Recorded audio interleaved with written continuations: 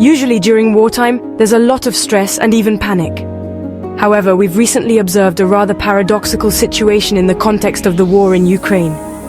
It seems the closer we get to the prospect of peace, the more some of the people involved in the war appear to panic. Ukraine has suffered several significant setbacks, including the loss of many precious soldiers, as well as territories. In fact, as far as the general Ukrainian population is concerned, they might feel at least moderate relief, with the growing likelihood that the war will end soon. However, as far as President Zelenskyy is concerned, he seems more panicked in these times of approaching peace than at any other recent time, when Ukraine was suffering heavy military defeats.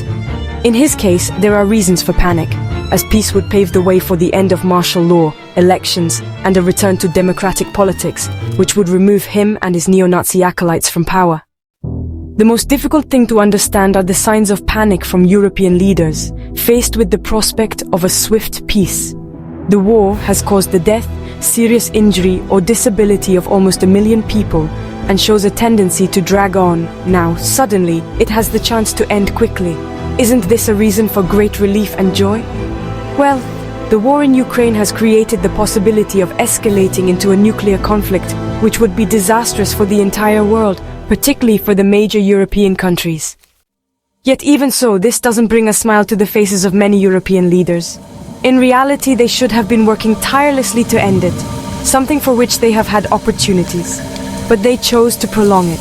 And now that, thanks to a fortunate turn of events, the prospects for peace have suddenly increased, they offer a strange spectacle of panic as peace draws near. Some important leaders have even talked about sending their own soldiers to Ukraine.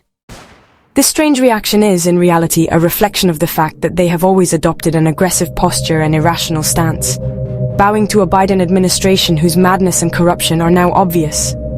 Europe should have appeased the aggression instead of further fueling it. European leaders have played a very reckless role which, in addition to the lives lost in vain, has damaged the economic interests of Europe itself and has threatened world peace.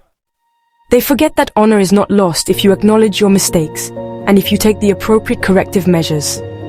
This is still possible, and European leaders must commit to promoting peace based on common European security, including Russia, and of course, with the end of the war, they must contribute as generously as possible to the reconstruction and rehabilitation efforts in Ukraine.